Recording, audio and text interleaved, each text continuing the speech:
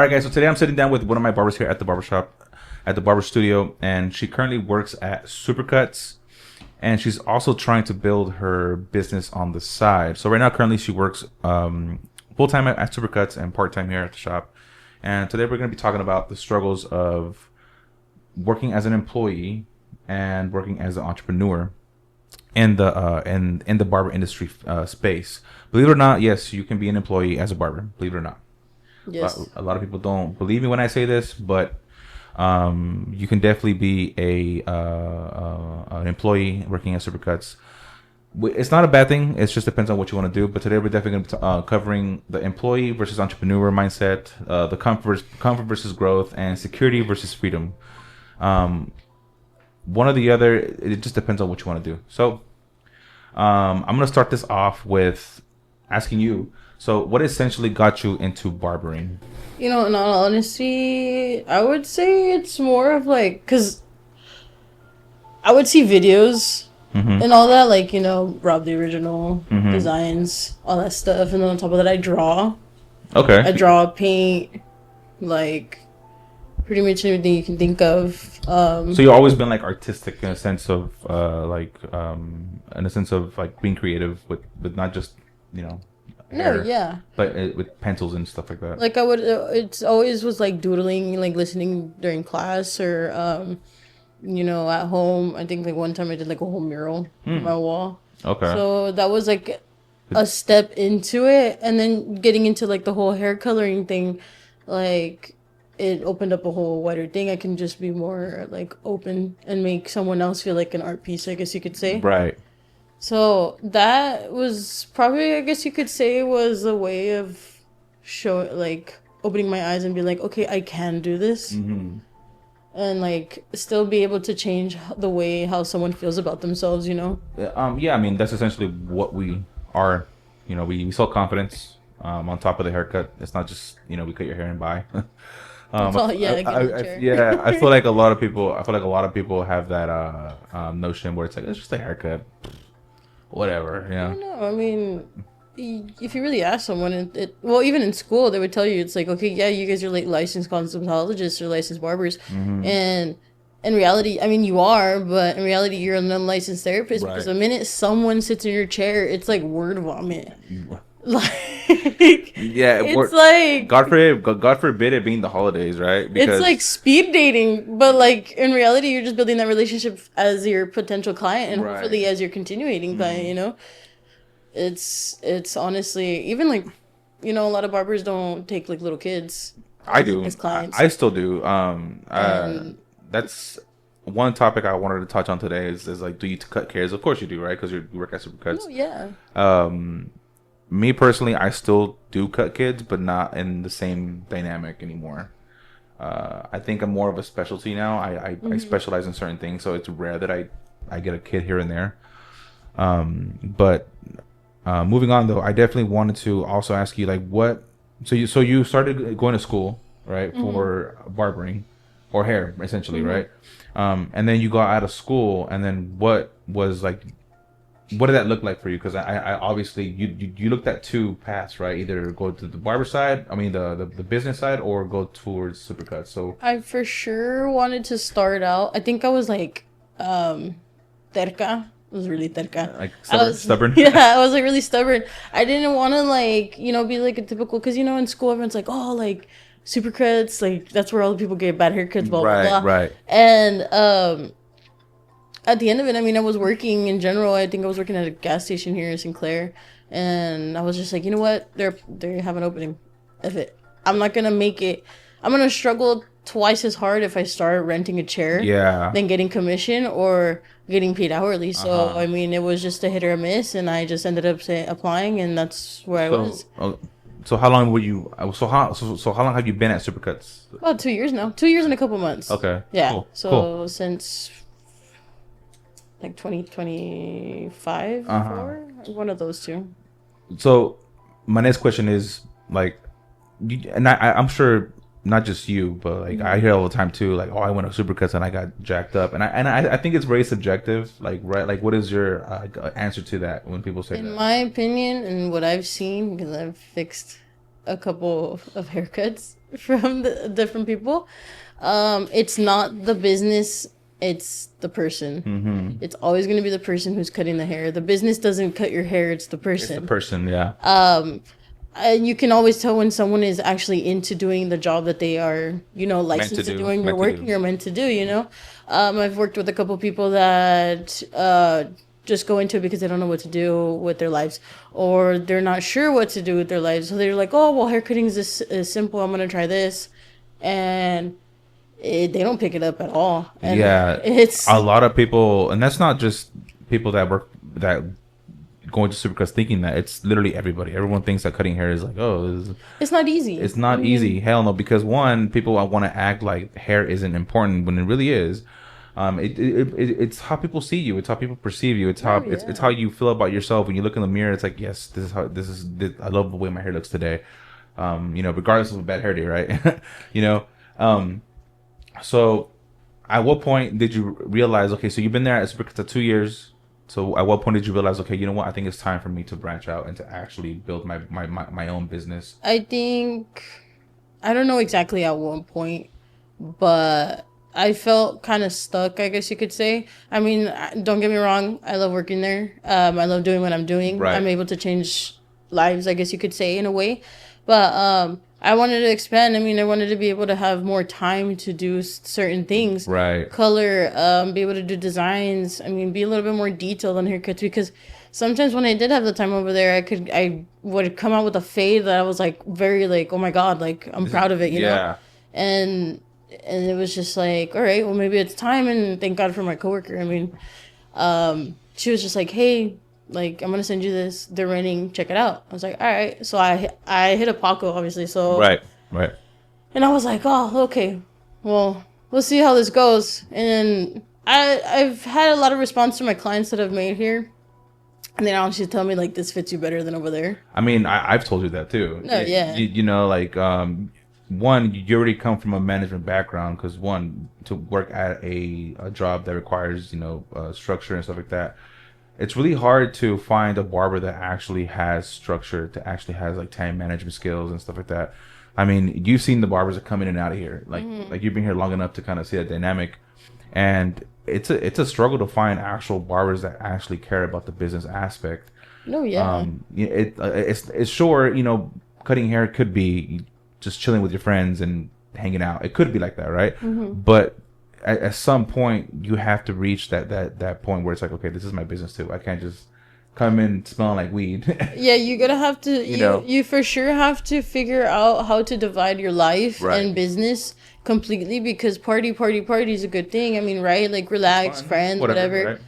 But in reality, you gotta really think about it. Okay, what me partying or bringing my like party aspects or whatever into my business, it really just throws it down into the dirt. You're dragging it through, It's not, you're showing people how you perceive your business and how you perceive yourself.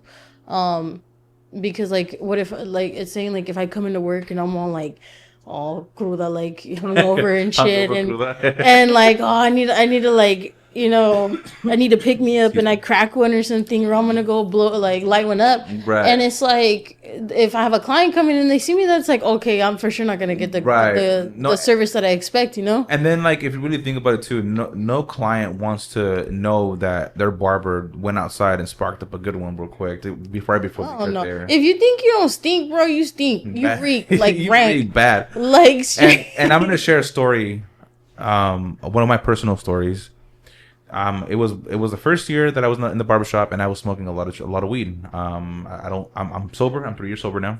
I'm gonna be 3 years sober now, and I was smoking for 10 years up until I quit. But the first year of me being in the barbershop, I would smoke probably with my clients. Like a lot of my clients were my friends, so I would smoke before them. Like, it's fine. Yeah, they're not gonna judge. They already know who I am.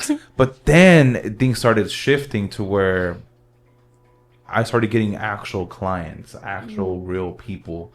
And my coworker at the time, the owner of the shop, he was like, look, dude, like, I don't mind when you smoke and you're cutting your friends, but when you actually get people from the shop, I don't want you. No, because it's his business. Or the reason why he told me that was because he had to fix a few haircuts that I did. Yeah. He had to fix a few haircuts that I did, and he's like, "Look, bro, like I'm only telling you this because those clients came back, and I had to fix them." You know, obviously with your buddies, you know, it's fine because you you know them, so you're comfortable with them, you know. But like once you start actually, and that was a lesson learned. I realized that once you start getting uncomfortable and you're fucking loaded or high, it's probably not the best look for the like you feel like relaxed and whatever, but in reality people are seeing you like, oh fuck, like this was on one. I mean, I even personally like experienced this, and thank God it wasn't on someone like that would come in and pay, right? It was on a, I mean, it still wasn't good, but it was on my best friend's husband. Right. We were hanging out. We were like, "Oh, you wanna drink or whatever?" I was like, "Yeah, I want to drink, yeah, whatever." And so we're all pisteando, chilling, and then obviously you feel that buzz, and you're at the end of it. I looked at the picture, at his hair, and I looked at the picture. It wasn't bad, but I can see as your like, own little mistakes, right? I can see where I could have hit it like a little bit here, a little bit there. It's like I went through the cut like confidently, but in reality, I mean, I could have done better. Of course, and I think that's where sober eyes are actually better than when you're fucking low under the influence. I mean, obviously, you know, it like that's why you're not supposed to drive a car when you're drunk. Oh, hell no. So why would you? No. So why would you want to like do that for your business? And my mentor always told me like, why do you want that for your business? This is your business. No one's gonna care about your business more than you.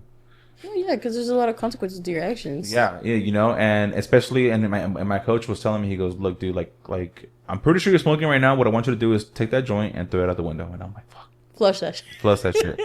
Flush. I didn't because I was like, "No, I'm not gonna do that shit." But but $20 now. But this will definitely be a lesson learned that I probably should not do this anymore. At least prior to my clients.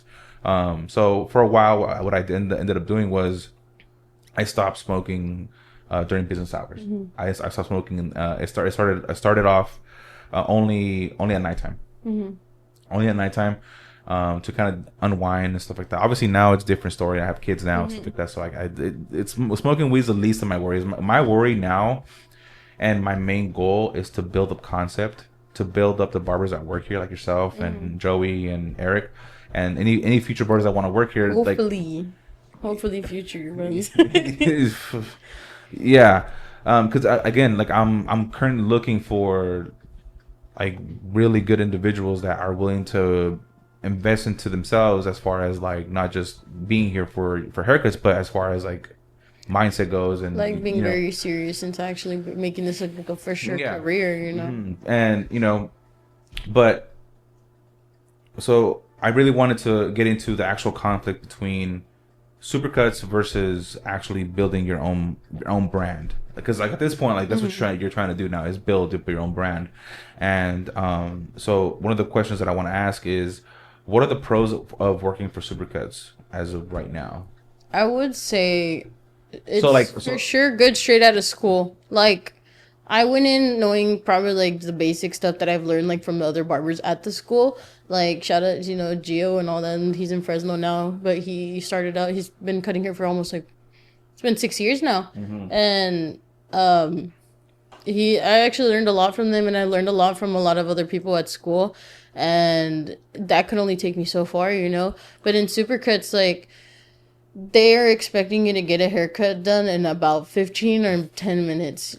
15 to so that kind of pressure is pretty good for somebody in a sense of like coming out of school, like. Yeah, you're like, oh dang. Yeah. Like, and I do recommend it because honestly, I don't know how like Great Clips and like Sports Clips and all that works. I mean, it should be pretty similar, right? I mean, from what I heard, Great Clips doesn't have training like Supercuts does. Oh wow, so it's more of a prestige brand. Yeah, so like Supercuts, I'm very grateful for what they've shown me, the time that they've invested in me, and like in the knowledge that I've gotten, and I mean, in all honesty, I've even told you guys, like, I've done 40 haircuts in a day. 40 haircuts is crazy. And that's pretty much 10 to 15 or 10 or less, in between that time every time. And and it's fades, tapers, even like a simple, like one, like mid fade, high fade, like all that, kids. It's had me improve a lot. And I've had my manager tell me a lot that I've improved. Even clients from like day one that I've been cutting their hair that have told me that I improved a lot. And it's good to know that other people are seeing Right. my progress, you know? That's dope. And from what I'm hearing, it just sounds like if a barber's out there just fresh out of barber school, or Cosmo school, right, and they want to get into hair right away, No, yeah. it sounds like a commission shop or It's more hourly than hourly, anything, yeah, which helps a ton. I mean, obviously, like any other entrepreneur or business person, they're gonna struggle in the beginning. right. We all have bills. Bills are not gonna stop. Hell You no. know, for whatever situation you are going into. I mean, me personally, I still have a car payment. I still have my phone bills Yeah, and all that that's other just stuff. And adulting. yeah, we're adults. Yeah. We're not little kids anymore. Our moms and dads, and unfortunately, or some people don't even have that. You know, and we just got to work hard like we are, because at the end of the day, we're not going to get handouts. That you know? is 100% facts. Handouts Yeah. can be helpful at times, but And that really like takes me back to when I started cutting hair back at the shop and where I was at. Like, don't get me wrong, like I did have my own clientele, but they weren't always there. So Oh, yeah. so I know the feeling of like going to the shop and having nobody. So Supercuts kind of takes that away because people are it's a brand. One. yeah, you get your automatic clients. Yeah, you get I your mean, automatic clients no matter who walks in, whatever, boom, you know. So Supercuts is the brand, and then that's why people go to it because that's what they expect from Supercuts. and they're you know? expecting fast Service, right? How would I? My manager would always explain it to it how like this. He's like, Supercuts is like McDonald's. It's quick. You know, quick in and out, easy, quick and easy. You order this. This is what the haircut I want. Come Boom, in, simple. sit down. Vámonos. Yeah. Any touch ups, you tell me now, or Sorry. yeah. I'm sorry. I mean, we'll try the best to get to what you want, but Right. a lot of people do expect it to be like a barbershop or a salon. You know, we are a salon, but it's not. It's not as detailed. We can't use. A lot of us can't use a straight razor. A lot of us can't use the shaver. Whether it be experience wise or Right. you know licensing wise, Uh-huh. it's something that's very difficult to get to people to realize that. Okay, that's a good thing to know because, again, not a lot of people know that going into that, you know. So like, what are the limitations between like working at Supercuts? Like, what are you experiencing now as far as limitations go? I think like I had mentioned it earlier, like detail work. I mean, like I said, like there's haircuts that I think like, oh, I could have hit that. Like I have people walk away and I'm still analyzing the haircut. Right. Like, and I'm like, dang, I could have hit that. I mean, it's still not noticeable to like the naked eye, to Mm-hmm. like anyone like outside, you know. But to a barber, they're gonna be like, Nah, what yeah. is that? What is that? What is that? And I think that's where I feel like you're gonna do great as far as being in your own business, because you're not gonna let anybody just walk out of the chair without actually feeling fresh, you know. Which is a good thing, you know. I've even had clients come back in my chair because I'm like, dude, come back. No. Yeah, Like, please come and back. it's like right now, let me get that line out real quick. And it can be like the most minute thing. I mean, But that's just you being a perfectionist, which is a good thing because not a lot of barbers are like it's that. a blessing nowadays. and a curse. That's Yeah, for sure. very much so. Like even the weeks, like I've shit this week, I didn't know, I didn't want to cut hair at all, but even when I don't want to cut hair, I have to perform. Yeah, you have to keep pushing. I have to perform, especially at the price point that I'm at. I have to perform. There is no if, ands, or buts, you know. And I can't let my clients know that, oh, I don't feel like cutting hair today. But No, it's yeah. just part of it. World don't stop We're- if you're feeling like shit. Barbers and stylists are still people. You know, Mm-hmm. we feel just we feel the pressures in different ways. Not just because we cut hair doesn't mean we're, we have it easy. No, yeah, we still have No. emotions. We still have our lives going on outside. We don't know, you know. Unfortunately, like we're not able to stop. In between each, like every time we turn the clippers off, check your phone, or like all that, you know, we don't know what's going on outside Shout out between Apple every Watch for that client. one. Right? But like we don't know what's going on until you know we get that downtime, and then the whole world, our outside world, comes in and hits us, and like, you know, reality comes back, and we're like, dang, Yeah. like So now let's go into so now that you're branching out and building your own business, what's been the hardest part about trying to build your own clientele while working at Supercuts? Like trying to balance everything. for sure hours. Obviously my main job needs to come first. So Right, because that's what's paying the bills at the No, very moment, yeah. right? So that's my main priority right now, you know. But I always say when I'm not there, I'm over here, and whatever walk-ins I get, whatever, you just post. Like that's something that you have like instilled in us all the time. It doesn't matter if it's like one post a day, two posts a day. Like limit 3. Yeah. It's like you have to be consistent about it, especially like social media wise. We have that platform now to use it. I mean, I was raised like a 90s kid, so like paper, cards, Same. Oh old. yeah. Hey, Barber fam, I really hope you're enjoying this conversation as much as I am. But real quick, if you're a barber struggling to get new clientele online or struggling to shoot content, the whole thing just feels like guesswork to you, there's literally no need to guess anymore. I built my own school platform where I show you exactly how to shoot content, what angles work, and how to study other people's content. That way you're not doing the guesswork anymore. So if you're done struggling, feeling stuck, click the link in the description down below and let's grow together. Back to the conversation. Well, Same. all old school, all that shit word of mouth. I mean, And so word of mouth still works, right? No, it does. Word of mouth still works. It's just slower opposed to with if you and again, just imagine if you were to pair Instagram with word of mouth. Instagram, TikTok, TikTok, Facebook. like you dude, Like- it is incredible what the content has done for my business. And in my head, it's like, well, if I can turn myself into this, I can turn everybody here into that too. No, yeah. Like I have people coming from San Francisco, freaking Fresno. Like at this point, like I don't even need to worry about where location anymore. Like at this point, like if I can make this the mecca for good haircuts for the Central Valley, like dude, like Yeah, like cool beans. I'm getting people from all over the place. You know what's next? I mean, we got one from like Nevada, like the other day. You know. you see what I'm saying? Yeah, Like, you so know, it's like even out of state. It's crazy. Yeah, it's so cool to see that people are watching the shop growth and they're like, oh, I want to be there. I want to be part of concept. Pretty cool. I wasn't expecting that amount of growth in such little time, but it's happening. It's and sure, there's a lot of pressure that comes with it, but at the end of the day, I asked for this. Oh yeah. I feel like a lot of the times we're put in situations that we forget we asked for.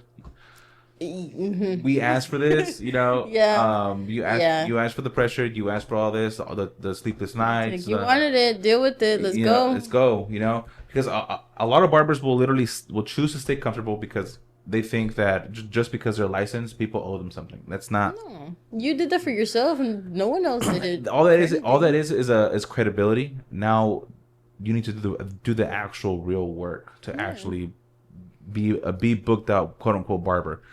But so what does it look like for you in the next like year or so as far as hopefully booked up. Booked up. Mean, we all say that, right? I want to be booked up. I want to be booked up. At the end of the day, we're like, dang, why did I say this? But I'll always be blessed in it, and I always pray for it to always be booked up and somehow bless someone else's day. right. Being booked up and maybe in a couple of years, maybe open up my own place. I don't know. Whatever happens, depending on where I'm at and where life brings me, and definitely. Because there's gonna be struggles no matter what. Yeah, struggles is fine. I don't mind the struggle. And I feel like a lot of people try not to struggle, and I think that's where they struggle the most is when they start to like. That's why you're like, oh, this is going good, and then when you try not to struggle so much, toma, everything goes out like it hits you at once, and you're like, damn. So I feel like I got run over. Those days where I feel like I don't want to post, I don't want to fucking nothing. I think about, well, if you don't post this, then that one person that was probably watching you, I was almost convinced they didn't see that post. Now what? Yeah. So I really want to get into how to boost demand as far as like now that you're trying to work. Now that you're trying to get into working full time in your business is, and how you said it. You really have to take social media very serious. I did, and people, and to me, I don't know what it is. I just feel like I thought the barber industry was moving forward, but it's really not moving. Stagnant. It's not moving at all. Like I speak to a lot of barbers online, and you'd be surprised. No one even I want to say about 9 out of like 10 barbers that I spoke to didn't even know what Booksy was.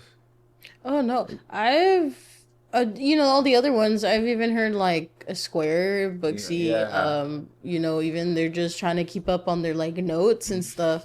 I mean, even like I have a friend in what I think it's somewhere in the LA area. He's gonna give me some crap later on for that. But he even told me, he's like, dude, just simplify your Booksy, because it's gonna help a lot. He's like, I only have 3 things and that gets me. Yeah, so the max you should have, so whenever if anybody's watching this, any stylist watching this, to set up your bookstore, the best way to do it is to only offer 2 to 4. That is it, because when you start offering all this crazy stuff, it creates analysis paralysis for a lot of people. They're like, where it's like, okay, well, what if I do want the balayage? Oh, but what if I also need a haircut? But can I get them both together? You know what I mean?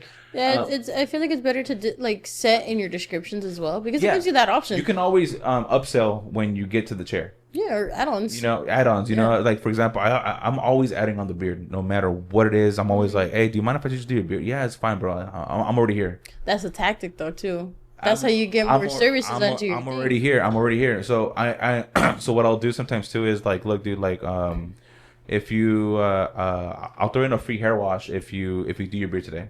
You know, I'll upsell. And the reason why I say 4 things, because once you get them in the chair, that's when you can upsell and start selling them products. You can start selling them whatever is eyebrows, whatever it is. On top of that, they're gonna appreciate you like 10 times more. Asking for that. Oh, that didn't catch my mind. Like, oh, thanks for the shampoo. I didn't really want to like leave with hair all over me. Yeah, 10 times more. Like, yeah, I think the shampoo is a huge thing, because a lot of people come from like work, and then not only that, people don't know this, but when you're walking outside all day, and even though you're not sweating, working, there's shit in the air that gets caught in your hair. And people, and I'm not joking. Look, if you like dust, you know, pollen, you know, the sun is obviously hitting your head. Yeah, like if you wear hats or not. Yeah, and then a lot of barbers are gonna be a part comment and be like, well, what if I don't have a wash bowl? Have your clients come in with their hair washed, and I promise you their haircut will come out a lot better. They'll have a better experience, because 9 times out of 10, cutting greasy hair is not fun. It doesn't lay right, that's for sure, because it like how can I like the only way I can explain it is like chunks together. It doesn't lay right. It like it's like if you already have product in your hair. Right. It's horrible. It just doesn't sit. Yeah. Like how it's supposed to. And then I also want to get into actually like talking about the barber that swears that he's better than everybody else, but is complaining about the barber that's booked up but not as good as he is. Well, my answer to that is, if you're not visible, then you don't matter. You know, if you're in the shadows, yes, don't be Batman, bro. Yeah. You know, so if no one knows who you exist, then no one's gonna buy from you. And I feel like that's a lot of stylists' problems. A lot of people, especially barbers, will do the most and bare minimum, walk around handing cards and stand outside with the sign. It's like, sure, that works to some degree, but what you can also do is you can post 3 stories, 3 haircuts, and with the link where someone can book with you. Yeah. And that is it. Or I've even seen people like just give free haircuts to people. They're walking around with their portable little chair and their stuff, and they're like, hey, bro, like a free haircut. Would you like a free haircut right now? I won't charge you anything like that. If you like it, you know, here's my information. I'm still gonna give you my information. Yeah. a free haircut goes a longer way than giving someone a discount, because when you give someone discounts, it's gonna attract the wrong buyer. Yeah, because when if you really got to think about when you're giving discounts to people that, one, don't see the value in what you do, they already see life in a discounted way already. Anything and everything is a inconvenience for them, whether it be $1, 50 cents. That's where you get those picky people. Yeah, and for sure, not everyone's like that, but. They, like you said, like people see it as just a haircut. Why do I have to pay? You know, so what do I have to pay? Like when you're regulars, you know, I did his highlights on him, and he was like, you know what? He made a good point. He's like, if I'm gonna invest in my clothes, my shoes, my car, my house, like everything, why not invest in the way my hair looks, my beard looks? Like, you know, it's an investment. It's a projection of how you pursue yourself to others.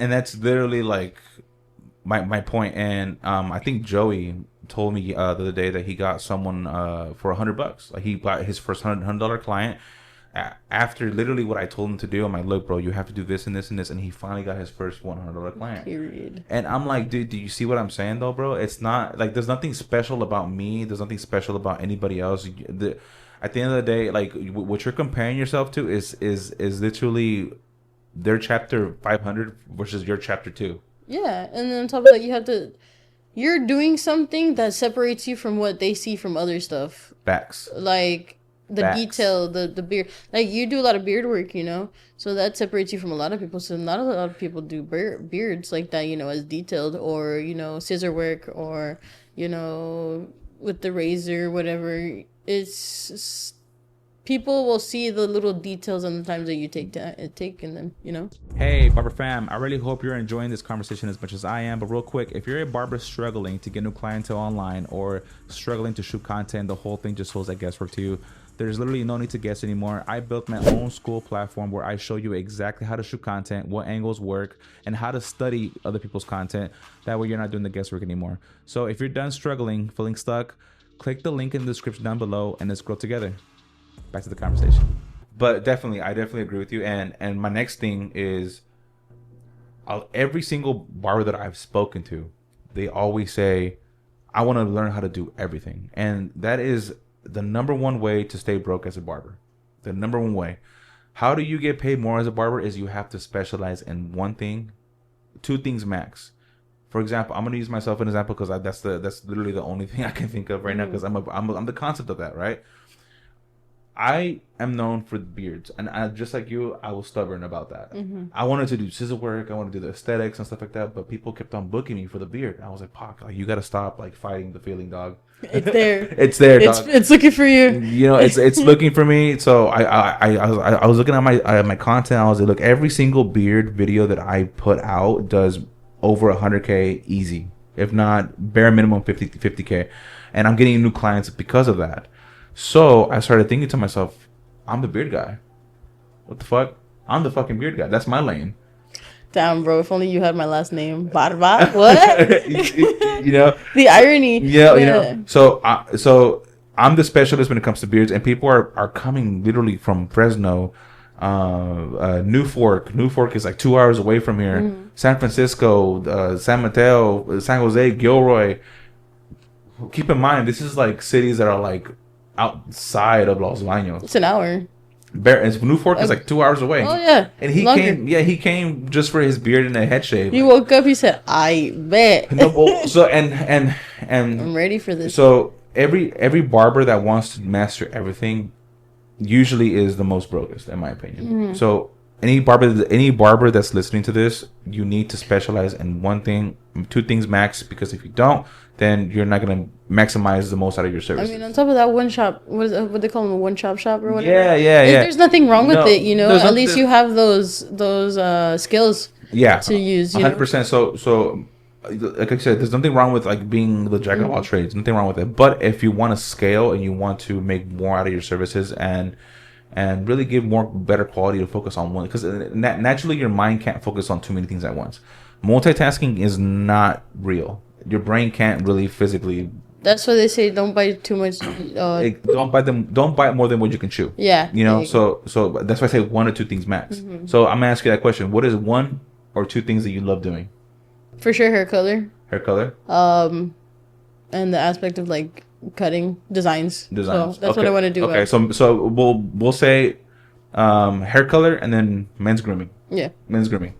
So if you were to just focus on those two things, give it your all, you will be known for that in your lane. Because people ask me too, they're like, oh, do you do braiding? And I'm like, yeah, I mean, I do braiding on myself, but like I feel like if I try to like do that and try to start, which I mean I don't mind, but I'll drive myself nuts. Yeah, no, you see what I'm saying? Because I'm already trying to build clientele for coloring and then cuts, right? I'm gonna add that on top of what I have to 100%. build. It's gonna be difficult. But the thing is, and this is how I always say, you have to record your content in bits and pieces of satisfying actions, right? That is the easiest way to start. And when I started my content journey, I don't know what to record. I just assumed that people liked watching tutorials and like my steps and this and that. It's like the basic thing that everyone would do. Which like is the trend. So then I hired a coach and he showed me what to do and to actually make hair look more appealing to the general public is you have to make it look satisfying. Yeah. everybody loves ASMR. Everybody likes hair falling for off. sure. Everybody likes like especially going live, like it's stuff people will watch. Mm-hmm. They will So watch you. once I started doing that, everything else shifted for me because now I wasn't focused on okay, here's my secret tutorial of my taper fade, which wasn't converting any clients. But then I posted a video of hair falling off, and then the before and after, and boom, I started getting new clients. That's how I was able to scale from $30 to $100. Unironically, like people do like the whole like big chop type of thing. Oh yeah, 100%. They're like just shave it off. so the rule of thumb is satisfying action, hair falling off, a difference being made, or transformation. Those are the most generalist things that I've you can even record. noticed like when I record my my consultations, you know, I've noticed that I've been getting like some views, not a lot, but with consultations, especially right now that they're so saturated, you really have to show one, your personality. Number two is what problem are you solving on camera. That's how people are gonna want. Oh shit! Like she was able to do a balayage on this type of hair. I had it. Boom. There's a new client. like like on a color client that I do. I mean, I've been doing her hair for a while, and I just finally said like, you know what, F it. I'm gonna record consultation. What don't you like? How much do you want to take off? Like actually listen to what your client in your chair, what their dislikes and their likes, what do they want, what's their goal, what's the, like, and then you also have to be transparent because you can't always be like, they can always be like, oh, I want to go platinum, and then I'm like, your hair tells a whole story because your hair does show like a whole story, you know. Yeah. You can see it. Maybe you personally can't see it, but you can see it as like a stylist or a barber. Your hair holds on to colors. You can have like 5 different colors from your natural growth, and then you hit the mid shaft, and there's like probably red dye, box dye, black, and then whatever at the bottom. Yeah. It's not easy. You can't just slap color on it and call it a day because at the end of the day, do you want to be bald? Yeah. You see, so that right there is what's gonna make you the specialist, and that's what the lane that you need to dominate in 2026. From here on out, like that's what you need to start recording as far as content goes, because that's what's going to help you go from whatever price you're charging for coloring to what is your desired price for color. And I want you to think big. I don't want you to think like small. Like I want you to think big. That is my issue right now, that I don't want to feel like I'm overcharging people, but then again, I don't want to undercharge my work. So let's say and I hear that a lot. So what if, let's say for example, so how much do you charge for a hair color service right now? First time I would say about like 2 to 280, depending on the length of the hair as well. So we'll say 250. I meet you in the middle, and that takes you roughly about what, 6 hours plus? About that, right? Yeah. So I want you to think big. So what's gonna take you from 250 to actually charging $1,000 for that service? Does that make you feel uncomfortable? $1,000? That's where you need to be at, though. Being uncomfortable is what's gonna make you and force you to grow. Just think about it. If you were to do $1,000, you just have to do one service, that one quality service. Someone's gonna. People are paying. And I even had my client. She's like, "Don't be afraid to tell me like how much you would actually need to charge, and because again, your work is worth it." Anybody watching this, I'm not saying she's gonna start charging that tomorrow. Okay? Oh hell no! I'm not gonna. No, it doesn't work. Be like, "Abolada, there you go." No. I need like 10 racks. It happens. It happens in increments, right? It can definitely happen faster than you think. So what I want you to start doing is I want you to start recording every single hair color or shit. If you can even find someone to do it for free, just to record it. I want you to get clips of you mixing the color and actually you slapping it. You know, it's all about the angles is what's going to tell the story. Most importantly, how can you get that angle to be as satisfying as possible to someone to watch it, get the before and after, because what's going to take you to 250 to 1,000 is going to require a lot of work, but it's 1,000% possible. Because like I said before, you can just do one client for that whole day for $1,000. You'll be set. That was a whole shift. Yeah. And the next day, another one. Mm-hmm. You could damn near make 10 grand a week if you wanted to off just color services. Think about it, 10 people a week. Mm-hmm. That's, you're set. And this is the shift that I want you guys to make, and I want you to make too, Jizele, is you're not meant for everybody. Oh no. No. And every barber that tries to be for everybody is the most brokest barber.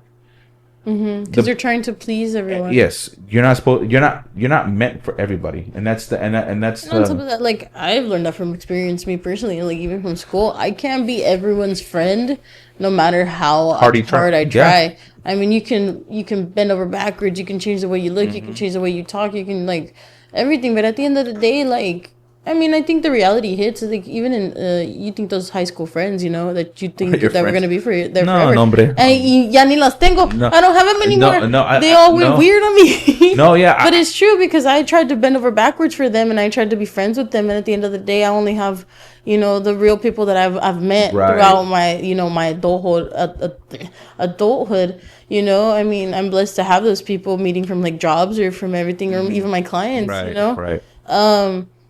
Because in reality, me personally, I am a people pleaser. I tell people, people tell me I'm too damn nice. I'm the same way. I'm too damn nice, and it's true. I am too damn nice, and that's something that I do have to change, and because I have too much empathy for other people. And it's not you saying you're not gonna be a people person anymore, a people pleaser. It's just you're gonna please the right people. And on top of that, I'm gonna set boundaries too. You know. You know, and setting boundaries is probably one of the hardest things to do, especially if you've never done it before. Because setting a boundary is one thing, but actually sticking to the boundary is another thing. That right there in my adulthood is probably one of the hardest things I ever had to do, because people know me from a certain way, from my past or whatever. Oh, it's Paco. He's fine. He's not gonna care. I'm not the same person, bro. But then they meet me now, and it's like, whoa, what the fuck? Like, you're not the same Paco. Like, get the person. What happened? Of course, fucking nah. I'm not the same person I was when I was like fucking 25. I'm 32 years old now. So it's like you gotta apply yourself. Like, you have to. What is it? Practice what you preach. You have to pretty much do what you're gonna set boundaries outside of work. You're gonna set boundaries in work. Facts. Because at the end of the day, you're gonna be walked all over on. You know, they're gonna be like, oh, if you're that type of person, like, you know, drops everything for everyone else, which I know I am, me personally. I'm gonna get screwed over, because at the end of the day, like, if someone asks me for money and I don't have it, but I end up giving it to them, and then what? And then what? It's like, then you're screwed. Yeah. You know, I mandar usted. So, but back to what we're saying, because that's a separate conversation that I did. I definitely want to have with all the members here. So, but that's the transition that I want you to start thinking about, is thinking bigger than you were already thinking now, because that's what's going to get you to Jizele 10.0, right? Because when I was told that if someone would have told me 6 years ago that I was going to be charging $120 on those vinyls, I'd probably fucking laugh. You're like, that pendejo.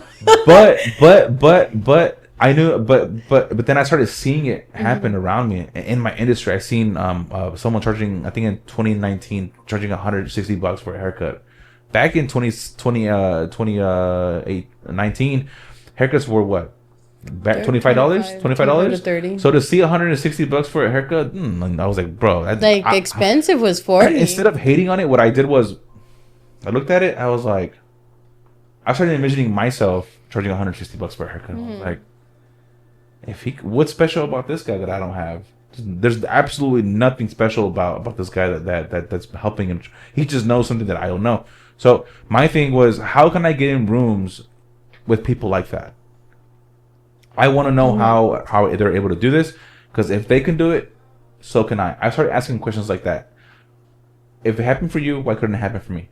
So now that I'm charging $120 in Los Baños, California, people are always calling me fucking crazy. It's the boonies, bro. Yeah, Los Baños. If you guys don't know, it's a farm country. It's a farm country. It's a lot of cows everywhere. Fucking FFA is like the main thing here in Los Baños. So dairy, but yeah, meat, very cows, dairy, all that stuff. Very much so dairy. We're a part of the how would you say, field. We're big time, like tomato, Morningstar, like, we're a big farm town. So like, shout out Morningstar. Not a lot of people expect it to be as like, flashy as like the big towns, like big cities.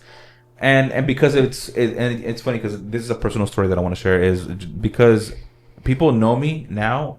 More now because I have a barbershop now. I'm more in the public eye now. Excuse me.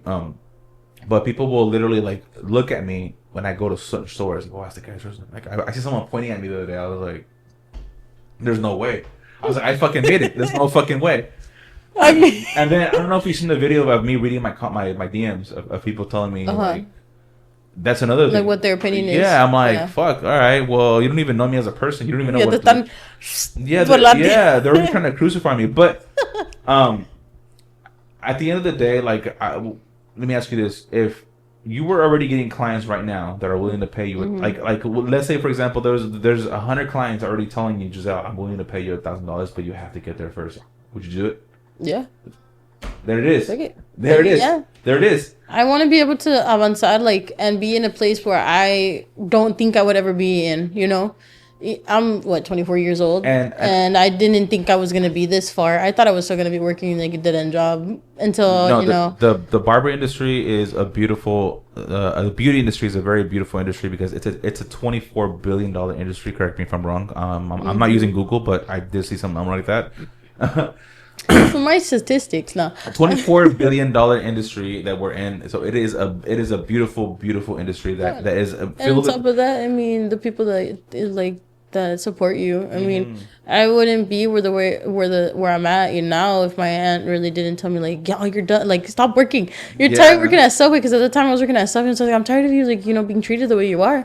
Go do what you want to do. Facts. Yeah. And that's good that your aunt pushed you, because not a lot, and we both come from Hispanic background, so like old school backgrounds. Dude, and if I'm being 100% honest with you, like, my family still can't believe that I'm charging this much money. Matter of fact, my family doesn't even support that I charge this much for a haircut. Ooh, they'll like treat me to things, right? Like, oh, I'll go buy you dinner or whatever, right? But like, the only ones I will not charge ever is my mom, porque me creo. Right. 2, and my grandma. That's my grandma. Yeah. I'm not gonna. Yeah. So my even though she tried to pay me, and I was like, no, what the hell? Yeah. I don't charge my dad, and well, my mom. I don't cut her. I can't cut her. I don't do longer hair like that yet. But I do charge my brothers when and I have a very special like way of thinking for them, because it's sort of getting to the point where my brothers would book an appointment, right? They would book an appointment, and what's it called? They book an appointment, and then someone else wanted that spot, and I would tell my brothers like, "Hey, someone wants a spot." He goes, "Oh, but I already booked it first," and I'm like, "Yes." Did you pay? But this is a paying client, so I'm gonna get you later, unless you want to pay. You know, if you want to pay, you can keep that spot. You know, he's like, "Oh, it's fine." Then I was like, "Motherfucker," you know. so it started getting to the point where like they would text me like, "Oh, I want a haircut. Can you give me this day, this day?" I'm like, "Okay, if you want that day, it's gonna be this much. It's gonna be what I charge." No, yeah. And they're like, "Wait, what?" And I'm like, "If you want a haircut when you want it, I'm gonna treat you like a paying customer or a paying client." Because it is not fair. It's different when I hit you up and be like, "Hey, let me cut your hair." It is 100% different. Or if I want to. Yeah. if I don't want to, then I'm not gonna do it. You know, because I've had situations where my brother would pay somebody else to cut his hair, and it's like, bro, like, what the fuck? Why didn't you pay me? Like, if you're gonna go pay someone else to cut your hair, knowing that you know someone that cuts hair and can probably do it, I'm not gonna fucking put smoke over there, but like, if you can do a little bit better than the haircut, you know, because toxic. I mean, I've even seen it on my dad done before, because I don't know who cuts his hair when he goes to manuals. I don't know. And one time, it was for a party. I don't remember, but the minute I look up and I see they lined him up, this man is like 55 years like old Mexican man. You know, typical. I'm sure. And he doesn't have the hairline. You see my brother. I'm pretty sure he's like soleado too, right? Yeah. And so it's like a little white. Yeah, and then he has the remolinos like my brother. You've seen him. Yeah. So he had to be pushed back. And I was like, who touched your hair? I got mad for him. I was like, who touched your hair? Like, what? Yeah, like, even though, you know, he said some stuff about, like, the haircuts that I've given him right now, right? But that's parents, you know? It's a free haircut. Yeah. They always say something with free haircuts. Always but it's like, dude, what? I think about it as, like, a barber, as, like, what were they thinking because some people just go off the rails. And that's what I think happened. That he just started doing his thing and just went boom, boom, boom. And this guy's not gonna tell me. He's still me va pagar. So what I think happened in that situation. Hold on, let me turn the camera again. So what I think what happened in that situation was that barber that probably cut his hair was probably still learning. One, he probably figured like, oh, I'm gonna try it. I'm just gonna go for it. I'm gonna be a risk taker today. I'm gonna line up. Oh my God. I'm gonna give the senor Aldon. a bust down, you know, and Aldon you know, Vic. but yeah, but I really want to. I also wanted to ask you too, like, what is like speaking like as of right now, like, what is one thing you feel like you need to do right now as far as for your business goes? Lock in. Lock the fuck in. Let's go. Lock in. That's for sure what I need to do because whatever's happening on the outside, I let that overwhelm what happens in my business. Right. Obviously life is not gonna stop either. But I need to for sure, pues ponerme las pilas.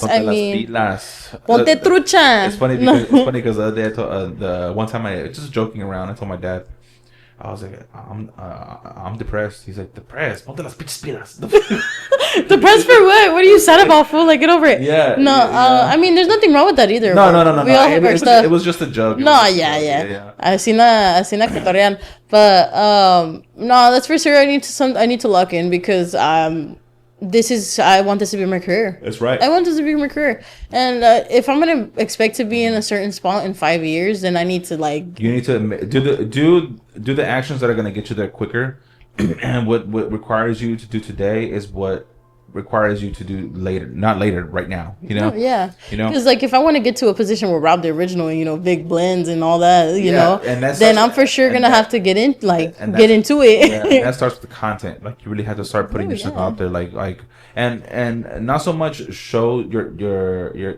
Obviously, you want to show what your expertise is, but you also want to sprinkle your personality because at the end of the day, people are gonna buy what you mostly. Mm-hmm. People come see you at the end of the day. Not so much, not obviously for the service, but what makes it even easier for them to pay whatever price is you.